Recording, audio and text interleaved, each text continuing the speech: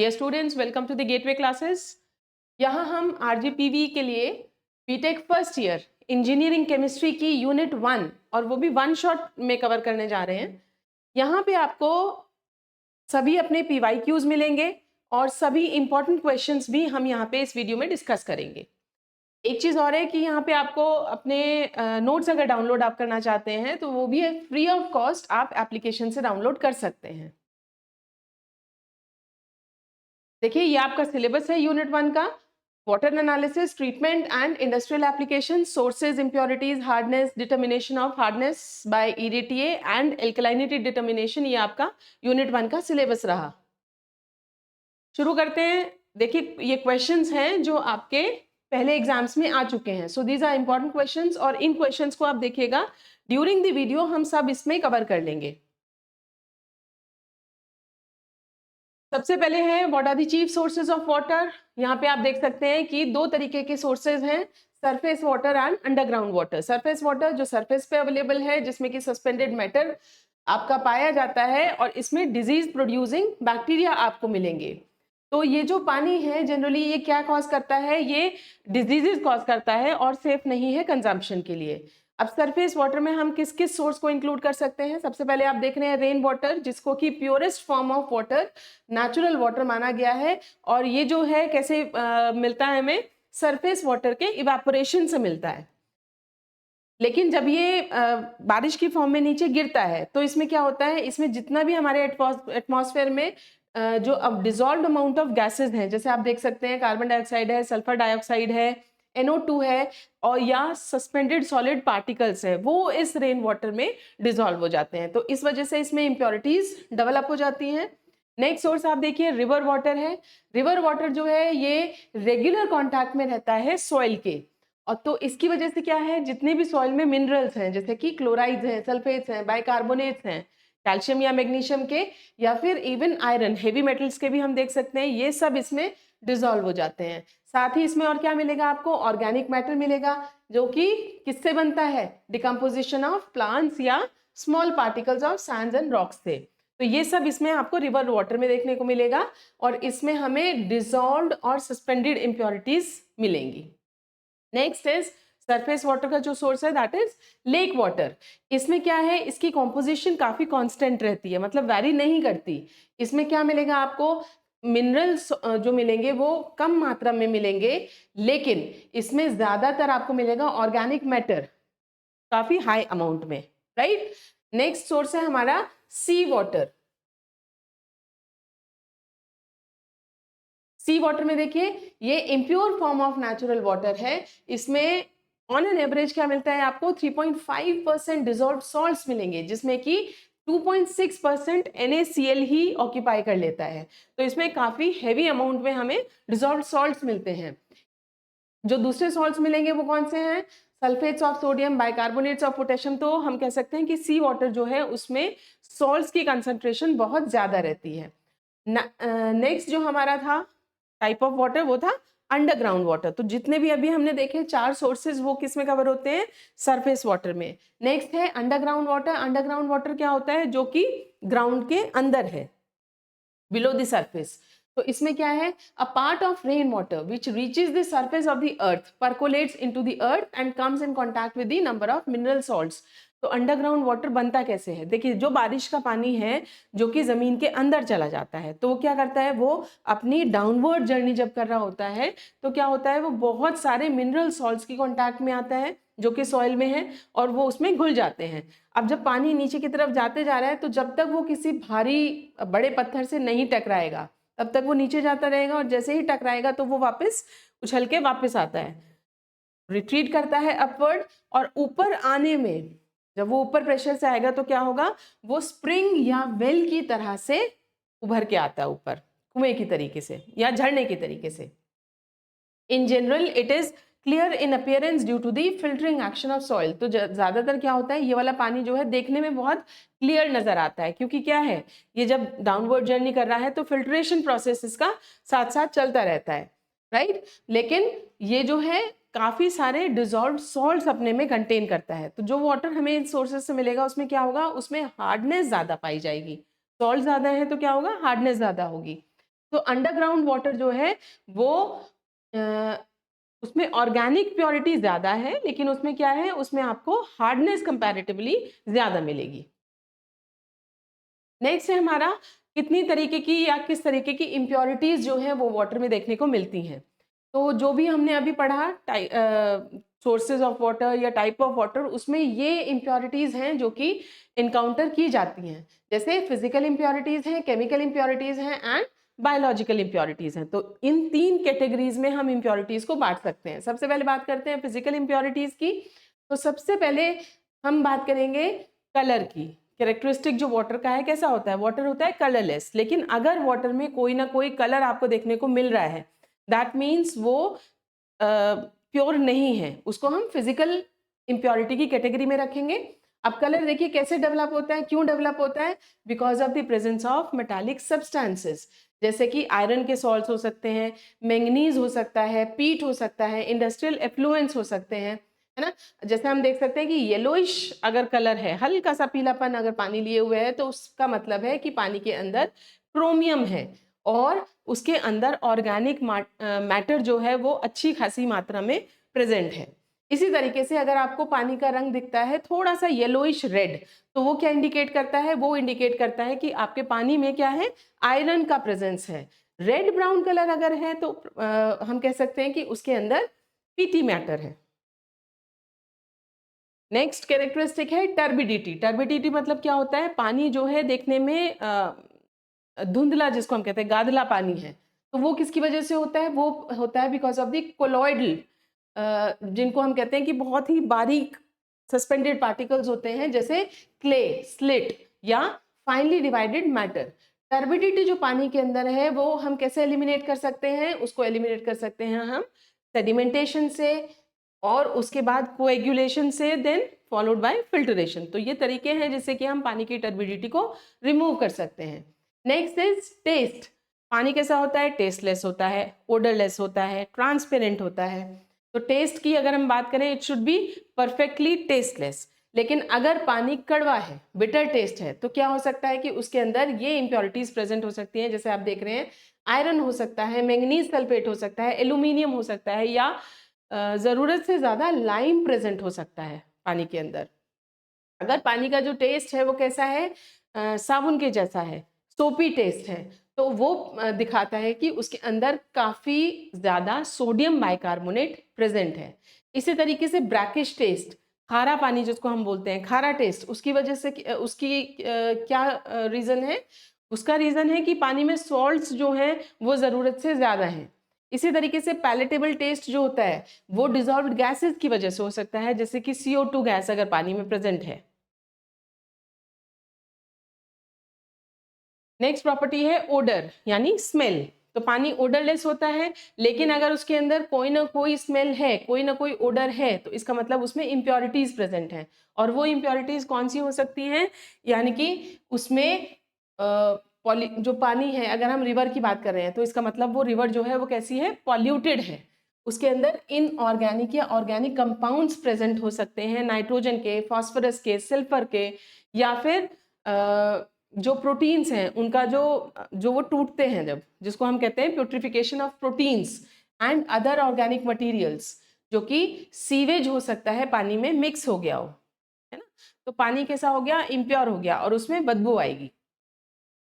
Industrial affluence, जो industrial waste होते हैं, वो कई बार क्या होता है, पानी में डायरेक्टली छोड़ दिए जाते हैं। तो उसके अंदर क्या क्या सब्सटेंसेस हो सकते हैं, एल्कोहल्स हो सकते हैं, एल्डिहाइड्स हो सकते हैं, फिनॉल्स हो सकते हैं, और ये वाटर बॉडीज में जब मिक्स हो जाते हैं तो क्या होता है, पानी की जो स्मेल है वो उसमें डेवलप हो जाती है, फाउल स्मेल आ जाती है पानी में।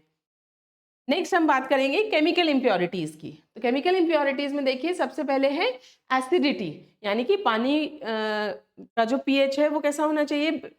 अगर पीने वाला पानी है तो हल्का सा एल्कलाइन हो तो ज़्यादा अच्छा रहता है, लेकिन यहाँ हम बात कर रहे हैं एसिडिटी की।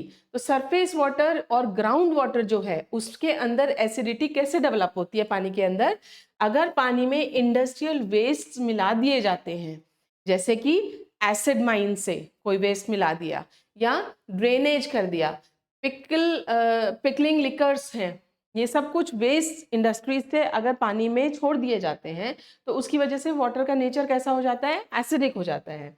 जनरली एसिडिटी जो है वो किसकी वजह से होती है, वो होती है free carbon dioxide, mineral acids, जैसे कि यहाँ पे हमने कोट कर रखा है H2SO4, या फिर वीकली डिसोसिएटेड एसिड्स। तो ये अगर पानी में प्रेजेंट हैं तो क्या होता है, पानी का नेचर बदल जाता है और वो एसिडिक नेचर हो जाता है। दूसरा देखिए, वाटर के अंदर अगर गैसेस हैं तो गैसेस जो है, नेचुरल वाटर जो है उसमें क्या होता है, उसमें एटमॉस्फेरिक गैसेस तो नेचुरली पाई ही जाती हैं, जैसे कि कार्बन डाइऑक्साइड है, ऑक्सीजन है और अमोनिया है। अब जो CO2 की सॉल्युबिलिटी है वो डिपेंड करती है टेम्परेचर, प्रेशर और dissolve mineral content of water. ठीक है, इसी तरीके से जो हमारा डिसॉल्व ऑक्सीजन है उसका कंसंट्रेशन किस पे डिपेंड करती है, that again depends upon temperature, pressure and salt content of water. तो आप देखिए दोनों की ही चीजें हैं वो डिपेंड कर रही है टेम्परेचर, प्रेशर और कंसंट्रेशन ऑफ सॉल्ट्स या मिनरल्स पे। हालांकि जो डिसॉल्व्ड ऑक्सीजन है वाटर में वो जरूरी है जिससे कि एक्वेटिक एनिमल्स जो हैं वो सरवाइव कर सके, है ना। लेकिन इंडस्ट्रीज में हम ऐसा पानी यूज नहीं करते जिसमें कि ऑक्सीजन की कंसंट्रेशन ज्यादा होगी, क्योंकि उससे क्या होता है, उससे हमारे जो बॉयलर्स वगैरह हैं, है ना, इंडस्ट्रीज में, वो खराब होने का खतरा रहता है। ठीक है, तो हम क्या करते हैं, जब हम इंडस्ट्रीज में वाटर को यूज करेंगे तो उसमें से ऑक्सीजन को हम रिमूव करते हैं।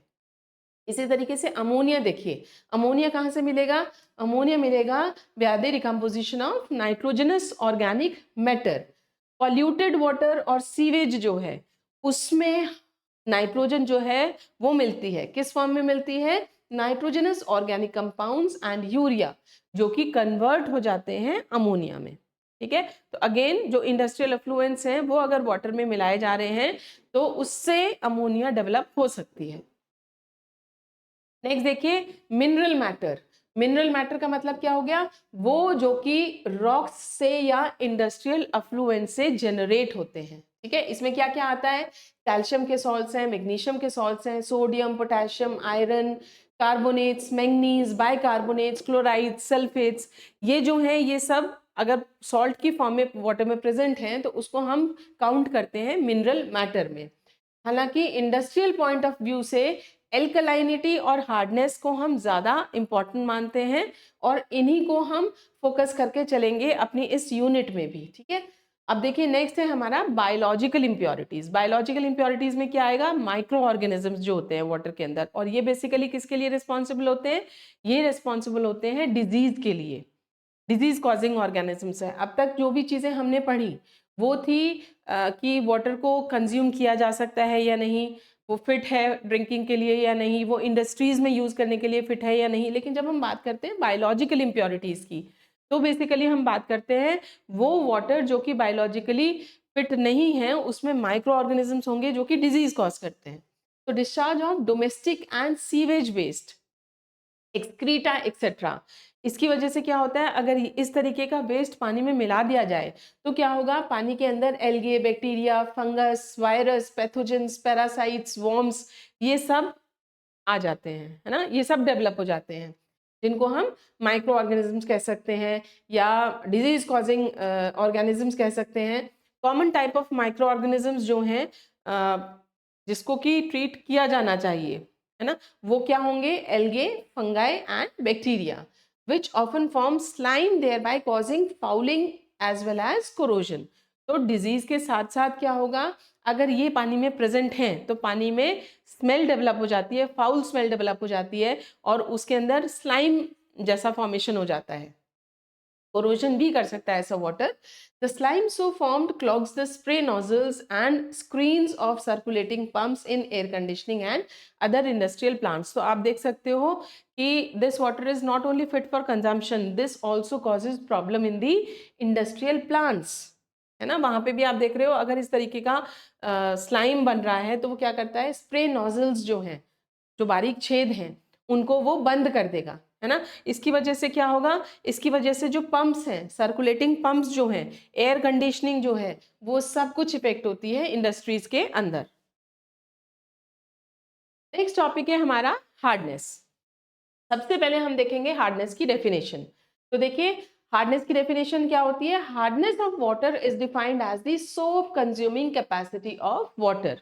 पानी जितनी सोप को कंज्यूम करता है, देखिए पानी क्या करता है, पानी साबुन के साथ में झाग बनाता है, क्लींजिंग एक्शन ऑफ सोप चलता है। लेकिन अगर वाटर हार्ड है, जरूरत से ज्यादा हार्ड है, तो क्या करता है वो फिर साबुन के साथ झाग नहीं देता, वो साबुन के साथ में एक प्रेसिपिटेट फॉर्मेशन करता है। तो हम कहते हैं कि ये सोप को कंज्यूम कर रहा है। ठीक है, तो वही सोप कंज्यूमिंग कैपेसिटी जो है वो उसकी हार्डनेस कही जाती है। और हम कैसे डिफाइन कर सकते हैं? Amount of dissolve salt in water is known as its hardness. पानी में जितने भी सॉल्ट्स प्रेजेंट हैं उस अमाउंट ऑफ सॉल्ट को हम हार्डनेस ऑफ वाटर कहते हैं। आप देखिए ये रिएक्शन दिखाती है किस तरीके से सोप जो है वो वाटर के साथ में रिएक्ट करती है। तो सोप क्या होती है? Soap are sodium and potassium salts of higher fatty acids. तो यहाँ पे हमने सोडियम स्टीयरेट लिया है, देखिए C17H35COONA, ये सोप का मॉलिक्यूल हो गया हमारा। जब ये वाटर के साथ में रिएक्ट करेगा, देखिए क्या बन रहा है, C17H35COOH एसिड बन गया, स्टीयरिक एसिड। क्या हुआ यहाँ से? NaOH जो है वो एलिमिनेट हो जाएगा इस तरीके से, और यहाँ पे आ जाएगा हमारा सोडियम हटके हाइड्रोजन ऐड हो जाएगा। तो ये बन गया हमारा स्टीयरिक एसिड। और देखिए ये स्टीयरिक एसिड जो है ये क्या करता है, ये फर्दर सोप के साथ में रिएक्ट करता है और ये बनाता है झाग, जिसको कहते हैं लैदर। तो इस तरीके से हम दिखाते हैं कि साबुन जो है वो पानी के साथ में झाग कैसे प्रोड्यूस कर रही है, राइट। लेकिन अगर सोप जो है वो हार्ड वाटर के कांटेक्ट में आती है तो क्या होगा? सोडियम स्टीयरेट जो था, जो ये साबुन था, ये क्या करेगा? It will react with dissolved calcium and magnesium salts. यहाँ आप देख रहे हैं ये वाटर के साथ रिएक्ट कर रहा है। लेकिन अगर वाटर कैसा है, हार्ड वाटर है, उसके अंदर सॉल्ट्स हैं कैल्शियम और मैग्नीशियम के, तो ये सोप क्या करता है? ये सोप रिएक्ट करेगा फिर कैल्शियम और मैग्नीशियम के सॉल्ट्स के साथ में, और क्या बनेगा? अब हमारा कैल्शियम स्टीयरेट बनेगा। एसिड की बजाय क्या बना? कैल्शियम स्टीयरेट, अगर कैल्शियम का सॉल्ट है, या फिर बनेगा मैग्नीशियम स्टीयरेट अगर मैग्नीशियम का सॉल्ट है। और यहाँ पे हमारे सोडियम का जो भी कुछ है, सोडियम हाइड्रोक्साइड या सोडियम के सॉल्ट्स जो है वो रिलीज हो जाएंगे।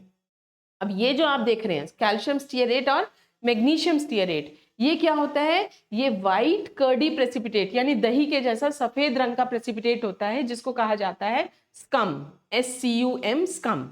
ठीक है, तो यहाँ पे हम कहते हैं कि सोप कंजम्पशन हो रहा है, लेदर का प्रोडक्शन नहीं हो रहा। This is how soap reacts with hard water. देखिए हार्डनेस ऑफ वाटर अब कितनी तरीके की होती है? दो तरीके की हार्डनेस है।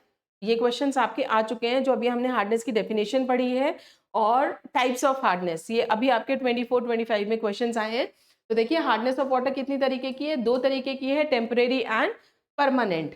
टेम्परेरी हार्डनेस को और क्या कह सकते हैं? कार्बोनेट हार्डनेस भी कहा जाता है। क्यों कहा जाता है? क्योंकि ये बाइकार्बोनेट्स की वजह से होती है। देखिए क्या होता है टेम्परेरी हार्डनेस?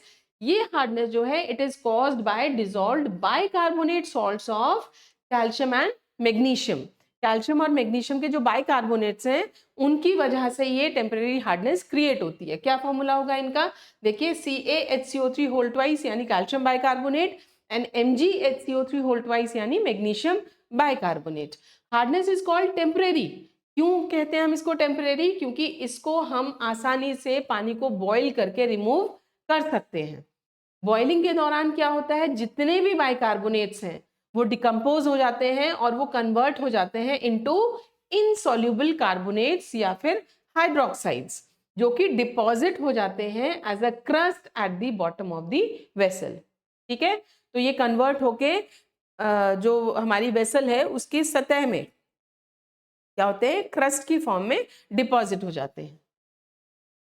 देखिए ये टेम्परेरी हार्डनेस है, जो अभी हमने बताया है कि किस तरीके से ये कन्वर्ट होता है। आप देख सकते हैं कैल्शियम बाइकार्बोनेट है, ये पानी में प्रेजेंट है। जब हम उसको हीट करेंगे यानी बॉईल करेंगे तो क्या होगा? ये डिकम्पोज हो जाएगा और बनाएगा क्या? Calcium carbonate CaCO3। ये कैसा है? ये इनसॉल्युबल प्रेसिपिटेट है, ये पानी में सॉल्युबल नहीं होता, तो ये नीचे बैठ जाएगा। साथ में निकला हमारा वाटर और CO2। इसी तरीके से मैग्नीशियम बाइकार्बोनेट अगर हम लेते हैं तो ये डिकम्पोज होता है इनटू मैग्नीशियम हाइड्रोक्साइड, जो कि फिर से क्या है? इनसॉल्युबल प्रेसिपिटेट है, ये भी डिपॉजिट हो जाएगा बॉटम में वेसल के। And CO2 is released. तो इसी वजह से हम कहते हैं कि ये हार्डनेस कैसी है, टेम्परेरी है, क्योंकि इसको बॉईल करके आराम से निकाला जा सकता है। अब देखिए यहाँ पे हम डिफरेंसेस देख रहे हैं टेम्परेरी और परमानेंट हार्डनेस के। टेम्परेरी हार्डनेस तो अभी आपने देखा ये किसकी वजह से होती है, it is caused by the presence of dissolved bicarbonates of calcium and magnesium. हम कैल्शियम और मैग्नीशियम पे फोकस करके चलते हैं क्योंकि ये सबसे ज्यादा क्वांटिटी में अगर पाए जाते हैं सॉल्ट्स तो कैल्शियम और मैग्नीशियम के मिलते हैं। लेकिन ऐसी बात नहीं है कि दूसरे नहीं मिल सकते, हैवी मेटल सॉल्ट्स भी मिल सकते हैं, लेकिन इनका जो अकरेंस है वो इंडस्ट्रियल एरियाज के आसपास ही होता है, ठीक है ना। ज्यादातर हमें जो मिलते हैं वो इन्हीं के सॉल्ट्स मिलते हैं, तो हम पढ़ते भी ज्यादातर इन्हीं को हैं। तो यहाँ पे देखिए ट्रेसेस भी मिल सकते हैं दूसरे हैवी मेटल्स के, लेकिन परमानेंट हार्डनेस क्या होती है, परमानेंट हार्डनेस वो हार्डनेस है जो कि होती है किसकी वजह से, chlorides, sulphates, nitrates of calcium and magnesium and traces of other heavy metal ions. तो पहला डिफरेंस क्या हो गया, ये बाइकार्बोनेट्स की वजह से है, ये किसकी वजह से है, other than bicarbonates, salts other than bicarbonates, जैसे कि chloride, sulphates, nitrates etcetera. Temporary hardness को अभी हमने देखा कैसे रिमूव कर सकते हैं, पानी को बॉईल करके हम इसको रिमूव कर सकते हैं, लेकिन परमानेंट हार्डनेस को हम पानी को बॉईल करके रिमूव नहीं कर सकते। इसको स्पेशल ट्रीटमेंट मेथड्स की जरूरत पड़ती है, जैसे कि जियोलाइट मेथड हो गया, आयन एक्सचेंज रेजिन्स हो गए, है ना, लाइम सोडा प्रोसेस हो गया। तो ये प्रोसेस हैं जिनसे हम परमानेंट हार्डनेस को क्योर कर सकते हैं। इसको हम इस तरीके से पानी उबाल के रिमूव नहीं कर सकते। It is also known as carbonate hardness and it is also known as non-carbonate hardness, क्योंकि ये बाइकार्बोनेट्स की वजह से है, ये बाइकार्बोनेट्स की वजह से नहीं है, दूसरे सॉल्ट्स की वजह से है। एक्सप्रेशन देखिए हार्डनेस का, हार्डनेस को हम कैसे एक्सप्रेस कर सकते हैं, या और आगे देखेंगे इसकी यूनिट्स क्या क्या हैं। तो आप देखिए हार्डनेस ऑफ वाटर जो है वो हमेशा हम CaCO3 की टर्म्स में एक्सप्रेस करते हैं, ठीक है। कैसे करेंगे, जो भी हार्डनेस कैलकुलेट करी उसको हम मल्टीप्लाई कर लेते हैं by the equivalent weight of CaCO3, यानी कि हम हमेशा उसको एक्सप्रेस कर रहे हैं in the terms of CaCO3। क्यों करते हैं ऐसा, तो पहला कारण तो यह है कि CaCO3 का जो मॉलिक्यूलर वेट है वो कैसा है, 100 है, और इसका इक्विवेलेंट वेट जो है वो क्या है, वो है 50। तो क्या होता है, इसकी वजह से कैलकुलेशंस जब हम करते हैं, हम जब हार्डनेस कैलकुलेट करते हैं तो हमारी कैलकुलेशंस आसान हो जाती हैं। दूसरा कारण ये है कि CaCO3 जो है वो पानी में ना घुलने वाला सॉल्ट है, जो कि पानी के अंदर प्रेसिपिटेट हो जाता है। तो सारी हार्डनेस को हम कन्वर्ट कर सकते हैं इनटू या कैलकुलेट कर सकते हैं in the terms of CaCO3। Formula देखिए हार्डनेस का क्या होता है, कैसे हम कैलकुलेट कर सकते हैं हार्डनेस, हम amount of hardness causing salt को लेंगे मिलीग्राम्स पर लीटर में, ठीक है। ये जो भी क्वेश्चन होगा उसमें आपको डेटा गिवन होगा कितना सॉल्ट है पानी के अंदर, तो वो जो मात्रा है उसको हम यहाँ लेंगे amount of hardness causing salt, और उसको मल्टीप्लाई करेंगे bye equivalent weight of CaCO3 divided by equivalent weight of hardness causing salt, यही सॉल्ट है ना। इसका हम यहाँ क्या ले रहे हैं, इक्विवेलेंट वेट ले रहे हैं, और ऊपर क्या ले रहे हैं, equivalent weight of CaCO3। Equivalent weight आपको पता होगा कैसे कैलकुलेट करते हैं, molecular weight divided by n factor. जैसे CaCO3 है, देखिए CaCO3 का मॉलिक्यूलर वेट कितना होता है, 100 होता है ना, और इसका एन फैक्टर कितना है, इसका एन फैक्टर है 2। क्यों है एन फैक्टर 2, देखिए आसान सा एक तरीका हम देख लेते हैं कि CaCO3 है, अगर मैं इसको देखूं तो ये Ca2 प्लस और CO3 2 माइनस में डिसोसिएट होता है, तो इसकी जो कॉमन वैलेंसी है वो क्या है, 2 है, वो इसका एन फैक्टर मानेंगे, ठीक है। तो देखिए 100 को हम डिवाइड करेंगे 2 से, तो ये आ गया 50, यानी इक्विवेलेंट वेट जो CaCO3 का है वो कितना है, 50 है। इसी तरीके से हम अपने जो भी सॉल्ट हैं जो कि क्वेश्चन में गिवन है उनका इक्विवेलेंट वेट हम कैलकुलेट कर सकते हैं, है ना। इस यही फॉर्मूला लगा के molecular weight divided by n factor, उससे हम इक्विवेलेंट वेट कैलकुलेट कर लेंगे। ये हमारा फॉर्मूला है हार्डनेस का। देखिए हार्डनेस को कैलकुलेट करने के लिए आपको बुक्स में ऐसा भी फॉर्मूला मिलेगा जहां पे यहाँ इक्विवेलेंट वेट ना लेके मॉलिक्यूलर वेट ले रखा है, molecular weight of CaCO3 upon molecular weight of hardness causing salts. वो कहीं कहीं पे उसमें गलती के चांसेस होते हैं, क्योंकि जितने भी सॉल्ट्स हमारे ऐसे हैं जिसका एन फैक्टर 1 है, उसमें हमें क्या करना पड़ता है, उसमें हमें नीचे लिख के उसको मल्टीप्लाई करना पड़ता है 2 से, ठीक है। तो इसकी वजह से कई बार हमें ये चीज़ याद नहीं रहती, हम भूल जाते हैं और फिर हमारा आंसर आता है गलत। तो मेरी आप लोगों से रिक्वेस्ट है कि यहाँ पे ये जो फॉर्मूला है आप इक्विवेलेंट वेट के साथ ही याद करें, उसी के साथ आगे मूव करें, कैलकुलेशंस करें। इक्विवेलेंट वेट की जगह मॉलिक्यूलर वेट ना लें। चलिए, इक्विवेलेंट वेट CaCO3 का 50 है। टोटल हार्डनेस हम कैसे कैलकुलेट कर सकते हैं? इसी फॉर्मूले से हम कैलकुलेट करते हैं टेम्परेरी हार्डनेस, इसी फॉर्मूले से हम कैलकुलेट करते हैं परमानेंट हार्डनेस। और टोटल हार्डनेस क्या होती है? It is the sum of both the types of hardness. Total hardness जो है वो टेम्परेरी और परमानेंट का सम होगा। नेक्स्ट देखिए यूनिट्स क्या क्या है हार्डनेस की। तो आप देख सकते हैं 4 यूनिट्स हैं हार्डनेस की। पहली है ppm parts per million, next is milligrams per litre, degree Clark and degree French. तो ये 4 यूनिट्स हैं जो कि आपस में इंटर कन्वर्टेबल भी हैं। और देखिए इनको डिफाइन कैसे कर सकते हैं। पार्ट्स पर मिलियन क्या होगा? It is defined as the number of parts of CaCO3 equivalent hardness per 10⁻⁶ parts of water. और मिलीग्राम्स पर लीटर को कैसे डिफाइन करेंगे? It is the number of milligrams of CaCO3 equivalent hardness per 1 litre of water. हर जगह हम express कर रहे हैं CaCO3 के टर्म्स में। क्लार्क्स को कैसे डिफाइन कर सकते हैं? डिग्री क्लार्क को, इसमें number of parts of CaCO3 equivalent hardness पर 70,000 पार्ट्स ऑफ वाटर। और इसी को अगर हम डिग्री फ्रेंच में लेते हैं क्या होगा? Number of parts of CaCO3 equivalent hardness पर 105 पार्ट्स ऑफ वाटर। तो ये डेफिनेशंस है हमारी यूनिट्स की। और देखिए आपस में ये कैसे रिलेटेड है। 1 मिलीग्राम पर लीटर बराबर होता है 1 ppm के, जो कि बराबर है 0.1 डिग्री फ्रेंच के, and it is equal to 0.07 degree Clark. तो इस तरीके से चारों यूनिट्स जो हैं वो इंटर रिलेटेड है। ये क्वेश्चन भी आपका अभी 2024 में आया है कि यूनिट्स क्या है हार्डनेस की और वो आपस में इंटर रिलेटेड कैसे हैं। तो ये इनका आपस में रिलेशन है, यानी हम इनको कन्वर्ट कर सकते हैं आपस में। देखिए अब ये क्वेश्चंस हैं जिसके में कि हम देखेंगे हार्डनेस कैसे कैलकुलेट कर सकते हैं।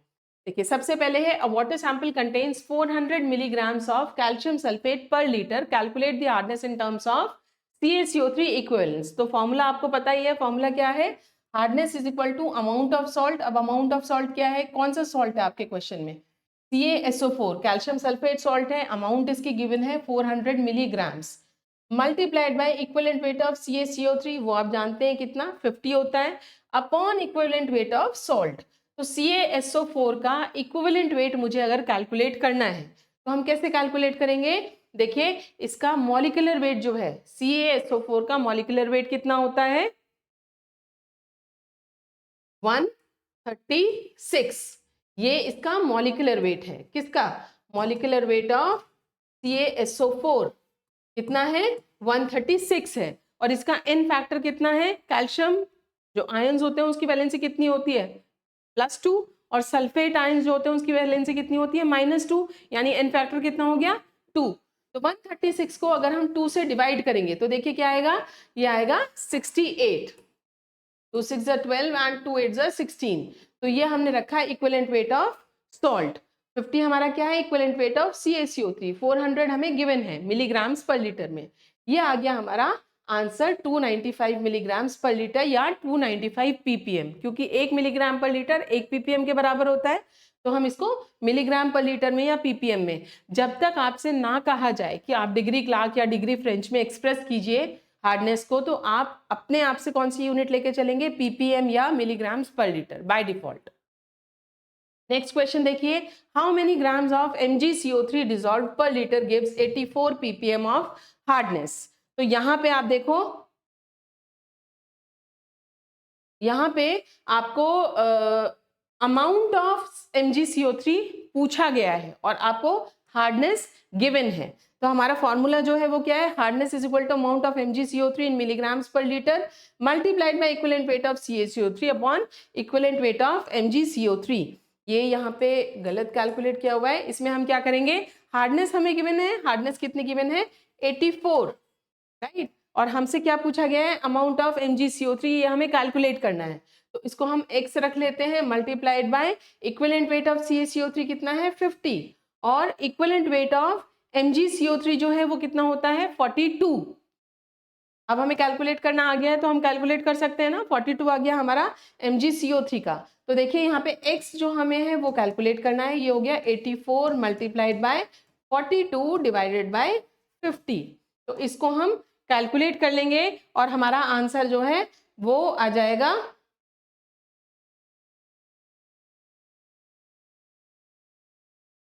इसको कैलकुलेट करेंगे, ठीक है। तो जो भी आएगा वो हमारा आंसर आ जाएगा इन ppm कैलकुलेट करके, राइट। नेक्स्ट देखिए, a sample of water on analysis was found to contain the following impurities. अभी तक तो आपने देखा आपके क्वेश्चन में एक एक सॉल्ट था और आप फॉर्मूला लगा के अपना हार्डनेस कैलकुलेट कर रहे थे, लेकिन यहाँ देखिए इस क्वेश्चन में आपको नंबर ऑफ सॉल्ट्स गिवन है। आपको CaHCO3 calcium bicarbonate, magnesium bicarbonate, calcium sulphate, magnesium sulphate, 4 salts given है। नेक्स्ट आपको क्वांटिटी प्रोवाइडेड है कि ये सॉल्ट्स कितने हैं वाटर के अंदर, और उसके आगे आपको मॉलिक्यूलर वेट भी गिवन है। तो इस क्वेश्चन में इक्विवेलेंट वेट निकालने का कोई मुश्किल नहीं होगी क्योंकि मॉलिक्यूलर वेट ऑलरेडी प्रोवाइडेड है। तो इसको हम सिर्फ इन फैक्टर्स से डिवाइड करेंगे और हमारा इक्विवेलेंट वेट हमें पता चल जाएगा। क्या कैलकुलेट करना है इसमें, हमें टेम्परेरी, परमानेंट और टोटल सारी हार्डनेस कैलकुलेट करनी है। तो हम इस तरीके के क्वेश्चन टैबुलर फॉर्म में ही सॉल्व करेंगे, आसानी रहती है। सिर्फ हमें ये पता होना चाहिए इसमें से कौन से सॉल्ट्स जो हैं वो टेम्परेरी हार्डनेस कॉज करते हैं और कौन से सॉल्ट्स परमानेंट हार्डनेस। तो आप देख सकते हैं ये दोनों बाइकार्बोनेट्स हैं, ये क्या करेंगे, ये टेम्परेरी हार्डनेस कॉज करेंगे, है ना, ये कॉज करेंगे हमारी टेम्परेरी हार्डनेस। और ये जो दोनों सॉल्ट्स हैं ये सल्फेट्स हैं, तो ये कॉज करेंगे हमारी परमानेंट हार्डनेस। और इन दोनों को हम ऐड कर लेंगे तो हमारी मिल जाएगी टोटल हार्डनेस, ठीक है। फॉर्मूला वही लगेगा, लेकिन इसको हम करेंगे कैसे, देखो ऐसे टेबल की फॉर्म में। तो आप देखो ये सॉल्ट्स आपको गिवन थे क्वेश्चन में, ये भी आपको गिवन था डेटा, है ना। अब यहाँ पे देखो क्या है, मल्टीप्लीकेशन फैक्टर। मल्टीप्लीकेशन फैक्टर हम किसको कह रहे हैं, equivalent weight of CaCO3 upon equivalent weight of salt. ये जो है इसको हम मल्टीप्लीकेशन फैक्टर बोलते हैं। तो यहाँ पे हमने सिर्फ वही दिखाया हुआ है कि इक्विवेलेंट वेट ऑफ CaCO3 कितना है 50, equivalent weight of calcium bicarbonate कितना होता है 81, तो 50 अपॉन 81 लिखा। यहाँ पे भी equivalent weight of CaCO3 upon equivalent weight of magnesium bicarbonate 73 होता है, तो यहाँ पे हमने मल्टीप्लीकेशन फैक्टर लिखा है। आप नहीं भी लिखेंगे इसको तो भी कोई प्रॉब्लम नहीं है। या नेक्स्ट देखिए, मतलब ये वाली जो कॉलम है इसको आप ऑल टुगेदर ओमिट कर सकते हैं, जरूरी नहीं है इसको लिखना। यहाँ देखिए, यहाँ हम कैलकुलेट कर रहे हैं हर एक सॉल्ट का हार्डनेस। जैसे कैल्शियम बाइकार्बोनेट की अगर मुझे हार्डनेस कैलकुलेट करनी है गिवन डेटा के हिसाब से, तो amount of calcium bicarbonate is 4, multiply किया हमने equivalent weight of CaCO3 divided by equivalent weight of calcium bicarbonate, है ना। तो ये हो गया 4 इंटू 50 अपॉन 81, ये आ गया हमारा 2.47।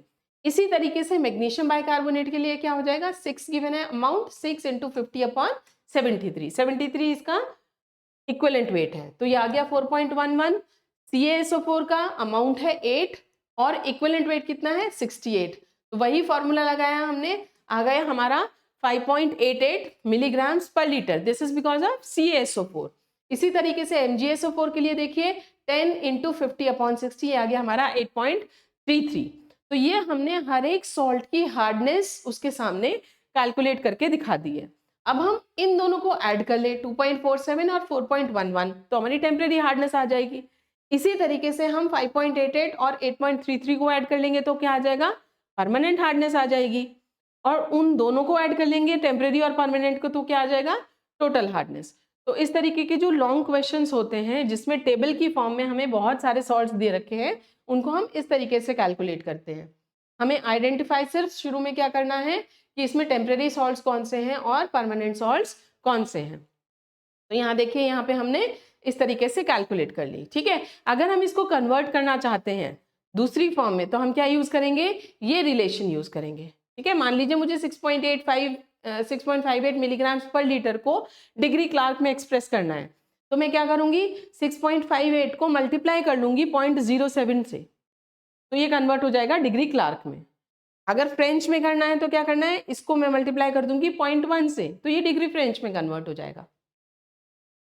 देखिए ये करके दिखाया हुआ भी है, ठीक है। तो यहाँ पे इस तरीके से आप अपनी सभी तरीके की हार्डनेस कैलकुलेट कर सकते हैं अकॉर्डिंग टू यूनिट। अच्छा, एक चीज और ध्यान रखना, अगर आपको सॉल्ट जो है वो क्वेश्चन में मिलीग्राम्स में ना दे के ग्राम्स में दे रखा है, तो आप क्या करेंगे, उसको मल्टीप्लाई कर लेंगे 1000 से, जिससे कि वो मिलीग्राम्स में कन्वर्ट हो जाए। जैसा मैंने आपको बताया कि आपको यूनिट हमेशा मिलीग्राम पर लीटर या पीपीएम ही यूज करनी है। अगर आप ग्राम पर लीटर में निकालते हैं तो आपके मार्क्स कट जाएंगे। नेक्स्ट क्वेश्चन देखिए, 100 ml of water sample has a hardness equivalent of 12.5 ml of 0.08 normal MgSO4. What is its hardness in ppm? अब इस क्वेश्चन में हम वो फॉर्मूला यूज नहीं कर सकते, क्योंकि देखिए आपको डेटा जो है वो उसके हिसाब से प्रोवाइडेड नहीं है। तो अगर मैं अपना फॉर्मूला देखूं, देखिए फॉर्मूला क्या था हार्डनेस का, hardness is equal to amount of salt into equivalent weight of CaCO3 upon equivalent weight of salt।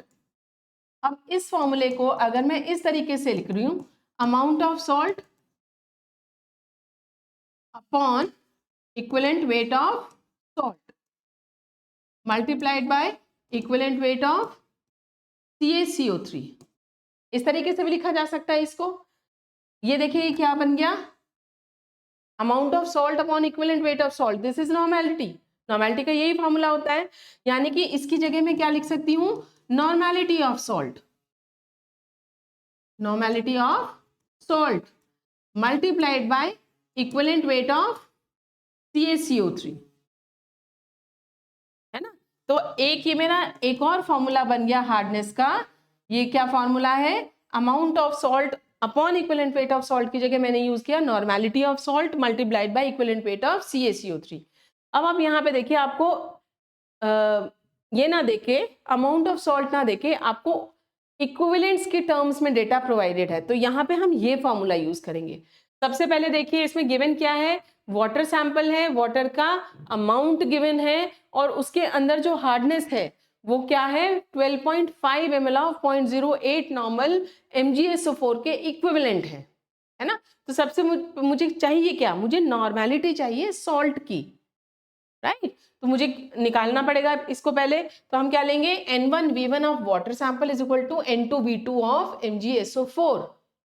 Water की हार्डनेस कैलकुलेट करनी है, वाटर में क्या है, उसकी नॉर्मेलिटी कितनी है वो तो मुझे पता ही नहीं है, उसमें जो सॉल्ट है उसकी नॉर्मेलिटी नहीं पता, लेकिन हाँ उसमें जो हार्डनेस है वो कितनी है, इसके इक्विवेलेंट है।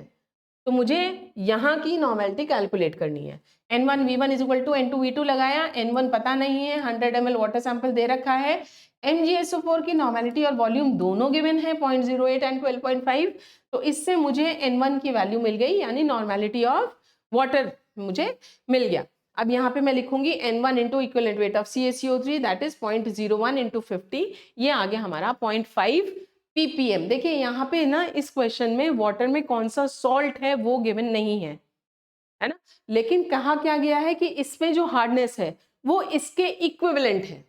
तो मुझे इसमें जो सॉल्ट है, वाटर सैंपल में जो सॉल्ट है उसकी नॉर्मेलिटी मुझे चाहिए, इसलिए हमने N1V1 is equal to N2V2 लेके पहले वो कैलकुलेट करा और फिर अपना फॉर्मूला लगा के हार्डनेस निकाल ली। नेक्स्ट देखिए, ये भी सेम क्वेश्चन है बिल्कुल जो अभी हमने पहले किया है, यहाँ पे भी आपको ये डेटा पूरा प्रोवाइडेड है और आपसे पूछी गई है temporary, permanent and total hardness. तो वही सॉल्ट्स हैं हमारे, calcium bicarbonate, magnesium chloride, calcium sulphate, सबकी अमाउंट गिवन है, इक्विवेलेंट वेट भी गिवन है ना। सॉरी, ये हम सॉल्व कर रहे हैं क्योंकि हमारे सॉल्ट्स काफी ज्यादा हैं, तो हम टैबुलर फॉर्म में इसको सॉल्व करेंगे। ये हमें प्रोवाइडेड है, ये हमें प्रोवाइडेड है, ये हम लिखेंगे कैलकुलेट करके, मॉलिक्यूलर वेट अपॉन इन फैक्टर, सबका इक्विवेलेंट वेट लिख लिया। यहाँ पे हमने वही अपना फॉर्मूला लगाया हार्डनेस वाला, अमाउंट ऑफ सॉल्ट यानी अमाउंट ऑफ CaCO3 कितना है 8.1 into equivalent weight of CaCO3 upon equivalent weight of CaHCO3 whole twice, 81 होता है, 5 आ गया। मैग्नीशियम बाइकार्बोनेट के लिए सेम फॉर्मूला लगा के 5 आ गया, MgCl2 के लिए सेम फॉर्मूला लगा के 10 आ गया, एंड CaSO4 की हार्डनेस जो है वो कितनी आई 5। अब देखो इन दोनों को ऐड कर दो, ये आ गया 10 ppm या मिलीग्राम्स पर लीटर, ये हो गई हमारी टेम्परेरी हार्डनेस। इन दोनों को ऐड करेंगे, ये आ गया हमारा 15 ppm या मिलीग्राम्स पर लीटर, ये हो गई आपकी तो ये परमानेंट हार्डनेस। और इन दोनों को हम ऐड कर देंगे तो ये आ जाएगा हमारा 25। तो ये आ गई हमारी टोटल हार्डनेस। ये देखिए इस तरीके से ये हमने कैलकुलेट कर ली। अब हम देखेंगे कि किस तरीके से हम वाटर में प्रेजेंट हार्डनेस को एस्टिमेट कर सकते हैं। ठीक है, इसको हम लेबोरेटरीज में टाइट्रेशन के थ्रू एस्टिमेट कर सकते हैं हम वाटर की हार्डनेस को। तो ये तरीका है हमारा estimation of hardness of water bye EDTA method. EDTA को यूज करके हम वाटर की हार्डनेस को एस्टिमेट करते हैं। देखिए किस तरीके से करते हैं। Estimation of hardness of water कैसे कर सकते हैं, कॉम्प्लेक्सोमेट्रिक टाइट्रेशन से कर सकते हैं।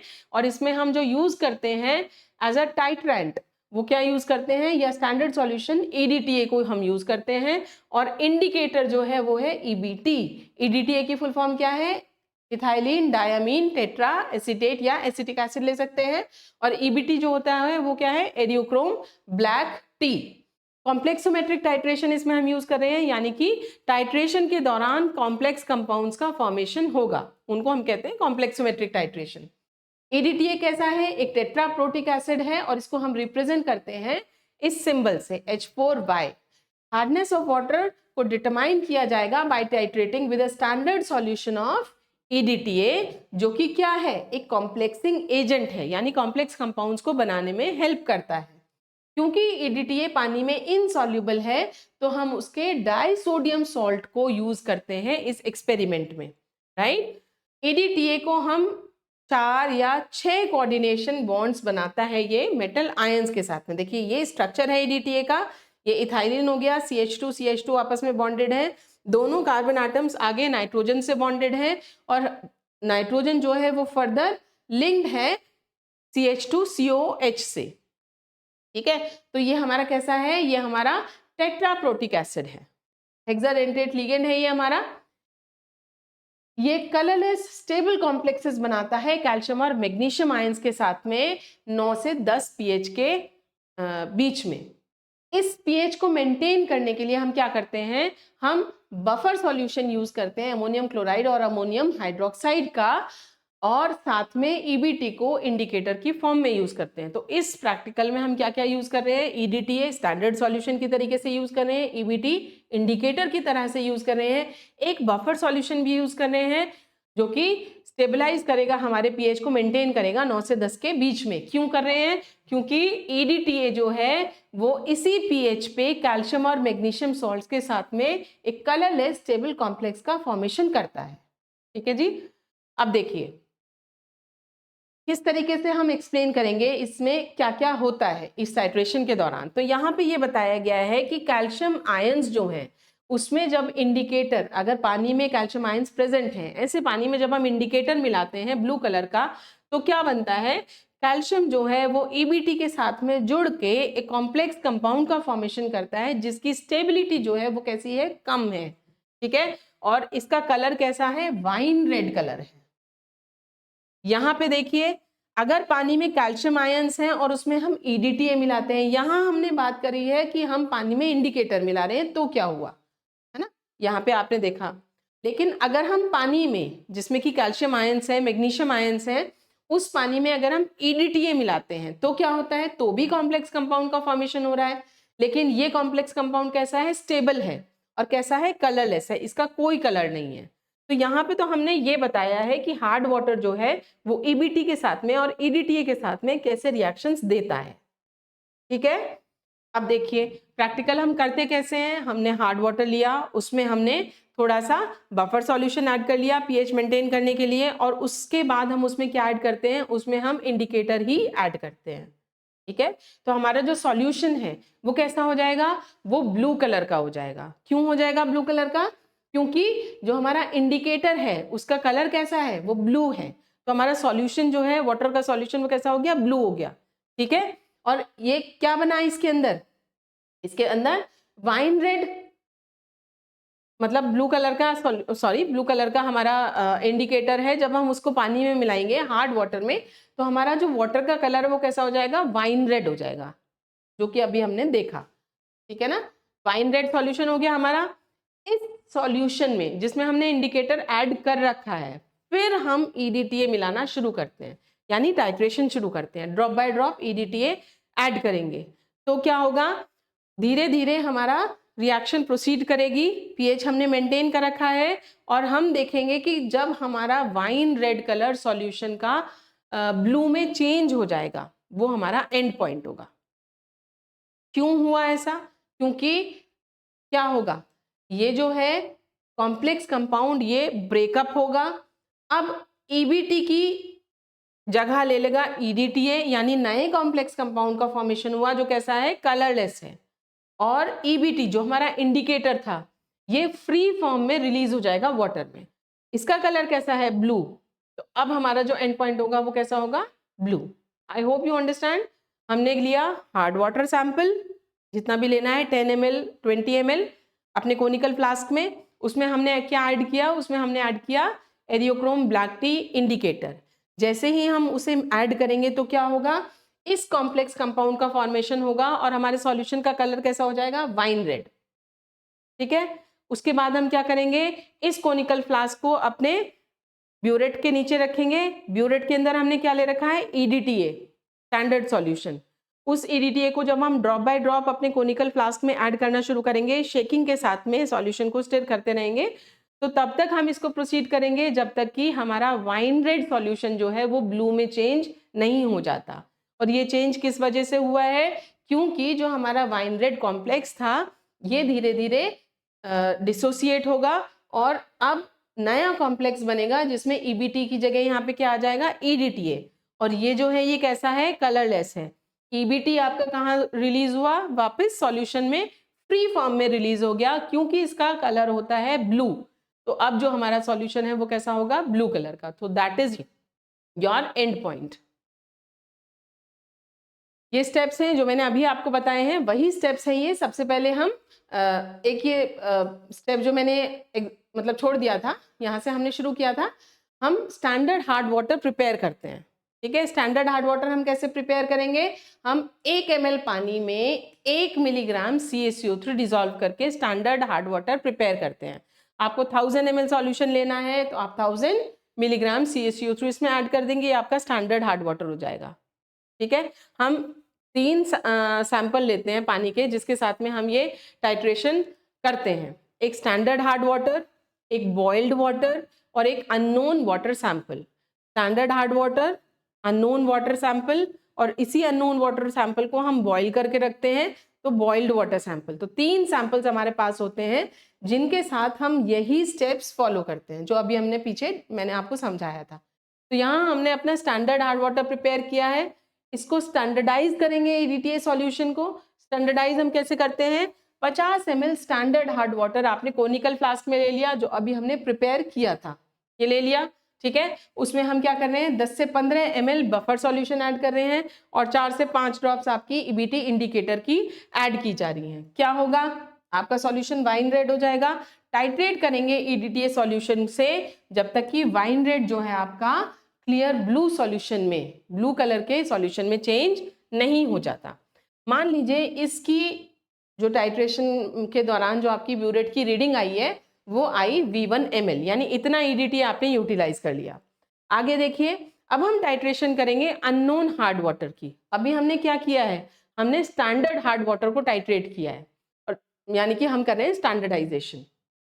अब हम देख रहे हैं अननोन हार्ड वाटर सैंपल हमने लिया, इसमें 50 ml वाटर लिया सैंपल का, है ना, और उसको इसी तरीके से प्रोसीड करा जैसे कि अभी हमने किया था। अब यहाँ पे मान लीजिए आपकी जो वॉल्यूम EDTA की लगी वो लगी V2 ml।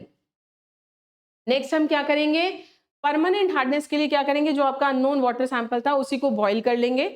फिर 250 वाटर सैंपल हमने लिया लार्ज बीकर में, उसको बॉईल किया, 50 ml कर लिया, इसको फिल्टर किया, वॉश किया प्रेसिपिटेट को डिस्टिल्ड वाटर के साथ में, और फिल्ट्रेट जो है और वॉशिंग्स जो है उनको 250 ml फ्लास्क में हमने ले लिया। फाइनली हमने इसकी वॉल्यूम 250 ml बना ली डिस्टिल्ड वाटर के साथ में, और फिर इसका 50 ml लेके वही प्रक्रिया हमने फिर से दोहरा ली। 50 ml कोनिकल फ्लास्क में लिया, इंडिकेटर ऐड किया, अपना पीएच बफर सॉल्यूशन ऐड किया, फिर टाइट्रेट किया, तो वही सब कुछ किया। अब मान लीजिए आपका जो EDTA लगा वो लगा V3 ml। ठीक है, समझ गए ना। हमने 3 सैंपल्स लिए हैं, standard hard water, unknown water sample और बॉइल्ड वाटर सैंपल, और तीनों को हमने सेम प्रोसेस से टाइट्रेट किया है। तीनों की जो वॉल्यूम आई है हमारी ईडीटीए जो लगा टाइट्रेशन के दौरान, V1, V2, V3 हमने वॉल्यूम एज्यूम कर ली। देखिए कैलकुलेशन सब कैसे करेंगे। हमने लिया था 50 ml स्टैंडर्ड हार्ड वाटर, उसमें हमने कहा हमारा V1 ml ईडीटीए लगा है, यानी कि 50 ml स्टैंडर्ड हार्ड वाटर में कितना CaCO3 है। हमने देखा था 1 ml वाटर में हम 1 मिलीग्राम CaCO3 ऐड करते हैं। 50 ml ले रहे हैं तो कितना होगा 50 मिलीग्राम। तो यहाँ हम कह सकते हैं कि यानी कि 50 मिलीग्राम CaCO3 को टाइट्रेट करने के लिए V1 ml ऑफ ईडीटीए लगा। ठीक है, 1 ml ईडीटीए कितने CaCO3 के लगेगा 50/V1 मिलीग्राम्स ऑफ CaCO3। ये हमने अपनी स्टैंडर्डाइज्ड वैल्यू कैलकुलेट कर लिया है। जैसे हमने पढ़ा था कि हम अपनी पूरी हार्डनेस को एक्सप्रेस करते हैं in the terms of CaCO3, तो जो भी हार्डनेस अब हम कैलकुलेट करेंगे उसको मल्टीप्लाई कर लेंगे 50/V1 से। क्यों? क्योंकि हम एक्सप्रेस करना चाहते हैं in the terms of CaCO3। तो यहाँ पे हमने बेसिकली क्या किया है, हमने यहाँ पे ये कैलकुलेट करा है कि स्टैंडर्ड हार्ड वाटर के लिए, है ना, 1 ml ईडीटीए कितने ml स्टैंडर्ड हार्ड वाटर को टाइट्रेट करता है, वो हमने यहाँ कैलकुलेट कर रहा है। तो 1 ml ईडीटीए जो है वो 50/V1 मिलीग्राम्स ऑफ CaCO3 के लिए यूटिलाइज होता है। ठीक है, जब हम न्यूमेरिकल्स करेंगे हर न्यूमेरिकल में हम इसी तरह से प्रोसीड करेंगे, यही स्टेप्स रहेंगे। नेक्स्ट देखिए, अब हमने क्या किया, अब हमने जो हमारा वाटर सैंपल था उसको लिया, 50 ml वाटर सैंपल हमने लिया था। कितना ईडीटीए लग रहा था, V2 ml ईडीटीए लग रहा था। अब हमें इसको किस पे एक्सप्रेस करना है, CaCO3 की टर्म्स में। तो V2 को मल्टीप्लाई कर लिया 50/V1 से, मिलीग्राम्स ऑफ CaCO3 इसकी टर्म्स में आ गया। ठीक है, और 1 ml के लिए, ठीक है, 1 लीटर के लिए, सॉरी 1 लीटर यानी 1000 ml के लिए कितना लगेगा। ठीक है ना, पार्ट्स पर मिलियन के लिए कैलकुलेट करते हैं तो 1000 ml के लिए कैलकुलेट करेंगे। 50 ml के लिए है इतना, तो 1000 के लिए लगेगा कितना, तो V2 इंटू 50/V1 को मल्टीप्लाई कर लेंगे हम 1000 से। ठीक है, ये आ गया हमारा मिलीग्राम्स ऑफ CaCO3। ठीक, देखिए ये था हमारा V2 इंटू 50/V1। ठीक है, एक ये 50 ml है तो ये आ जाएगा इंटू 1/50, ये नीचे आ जाएगा ना। एंड किसके लिए कैलकुलेट कर रहे हैं हम, 1000 ml के लिए कैलकुलेट कर रहे हैं, तो मल्टीप्लाई करेंगे यहाँ पे 1000 से, 50 से 50 कट गया, तो देखिए ये क्या आया, V2/V1 into 1000 milligrams of CaCO3। इसी तरीके से टोटल हार्डनेस कैलकुलेट करेंगे। टोटल हार्डनेस को कैलकुलेट करने के लिए आप क्या करेंगे, टोटल हार्डनेस आ गई हमारी 1000 V2/V1 मिलीग्राम्स पर लीटर।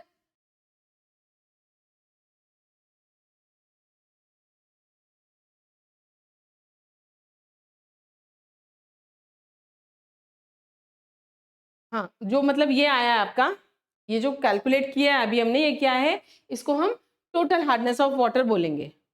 ठीक है, जो हमारा गिवन वाटर सैंपल है उसके लिए जो हमने कैलकुलेशंस किए हैं, इससे हमें क्या मिला, इससे हमें मिला टोटल हार्डनेस। अब हम प्रोसीड करेंगे किसके साथ में, बॉइल्ड वाटर के साथ में। तो बॉइल्ड वाटर से हमें कौन सी हार्डनेस मिलेगी, जब हम वाटर को बॉईल करते हैं तो टेम्परेरी हार्डनेस खत्म हो जाती है, कौन सी हार्डनेस बचती है, परमानेंट हार्डनेस। तो यहाँ पे हम कैलकुलेट कर रहे हैं permanent hardness. 50 ml boiled water sample लिया हमने, इसमें कितनी वॉल्यूम लगी थी, V3 ml लगी थी। ठीक है ना, तो ये आ गया V3 into 50/V1 milligrams of CaCO3। 50/V1 से हमने मल्टीप्लाई किया है कन्वर्ट करने के लिए इन टर्म्स ऑफ CaCO3, जैसे यहाँ किया था। ठीक है, ठीक इसी तरीके से 1 लीटर बॉइल्ड वाटर यानी कि 1000 ml बॉइल्ड वाटर कितना होगा, 1000 से मल्टीप्लाई करेंगे V3/V1 मिलीग्राम्स ऑफ CaCO3। बिल्कुल जैसे ये वाला स्टेप किया है, बिल्कुल इसी तरीके से हम यहाँ पे प्रोसीड कर रहे हैं। ठीक है, वही कैलकुलेशन है, सेम स्टेप्स हैं। तो परमानेंट हार्डनेस जो है वो हमारी कितनी आई, ये आ गई 1000 इंटू V3/V1 ppm। आपके पास टोटल हार्डनेस आ गई है, आपके पास परमानेंट हार्डनेस आ गई है, टोटल में से परमानेंट को माइनस कर देंगे तो आपकी टेम्परेरी हार्डनेस आ जाएगी। ठीक है ना। तो अगर आपका क्वेश्चन आता है कि किस तरीके से आप वाटर की हार्डनेस को एस्टिमेट कर सकते हैं, तो आप ये पूरी प्रोसेस लिखेंगे जो हमने पहले स्टेप बाय स्टेप डिस्कस किया है वो भी, और ये कैलकुलेशन पार्ट भी आपको लिख के दिखाना होगा। ठीक है, नेक्स्ट देखिए, इस तरीके से आप ना, मैंने ये थोड़ा सा स्टेप्स लिख दिए हैं जिससे कि आप ये फॉर्मूलेज याद कर लें और इन फॉर्मूलेज को लगा के आप सीधा अपनी हार्डनेस कैलकुलेट कर सकते हैं। यानी ईडीटीए वाले जो क्वेश्चंस आएंगे, न्यूमेरिकल्स आएंगे, उसमें ये स्टेप फॉलो करके आप सीधा अपना वो वाली कैलकुलेशन, मतलब याद ना करके, इतने सारे स्टेप्स ना करके, आप सीधे ये फॉर्मूले याद करो और आप ये फॉर्मूले लगा के सीधा अपनी कैलकुलेशंस कर सकते हैं ईडीटीए वाले क्वेश्चंस के लिए। हाउ टू एस्टिमेट हार्डनेस, देखो कैसे है। सबसे पहले हमने स्टैंडर्ड हार्ड वाटर के साथ में लिए, स्ट्रेंथ कैलकुलेट कर रहे हैं स्टैंडर्ड हार्ड वाटर की। इसके लिए हम क्या करते हैं, इसके लिए हम कैलकुलेट करते हैं 1 ml स्टैंडर्ड हार्ड वाटर में कितना CaCO3 है। उसके लिए कैसे करेंगे, 1 ml EDTA is equal to volume of standard hard water, question में गिवन होगा, upon volume of EDTA used, question में गिवन होगा, into CaCO3 in 1 ml of standard hard water, यहाँ पे है ना। ये हम फॉर्मूला लगाएंगे तो यहाँ पे आपका हो जाएगा स्टैंडर्डाइजेशन, जो पहला स्टेप था।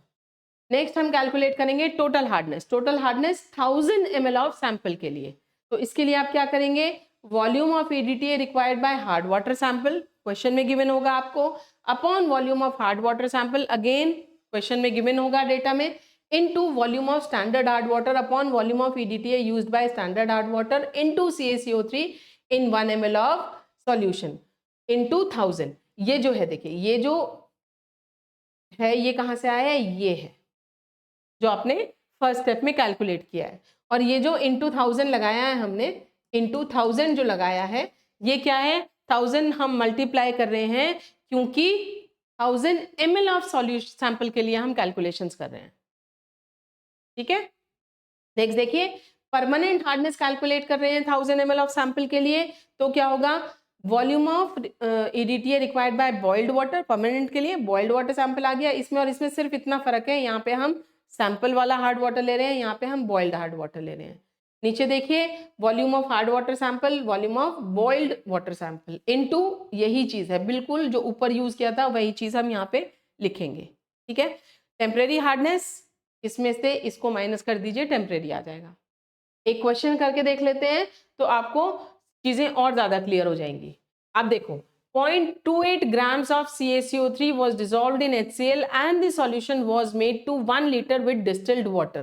ये जो लाइन है ये आप कहाँ यूटिलाइज करेंगे, आप इसको उसमें यूटिलाइज करेंगे कि 1 ml पानी में कितना मिलीग्राम CaCO3 है।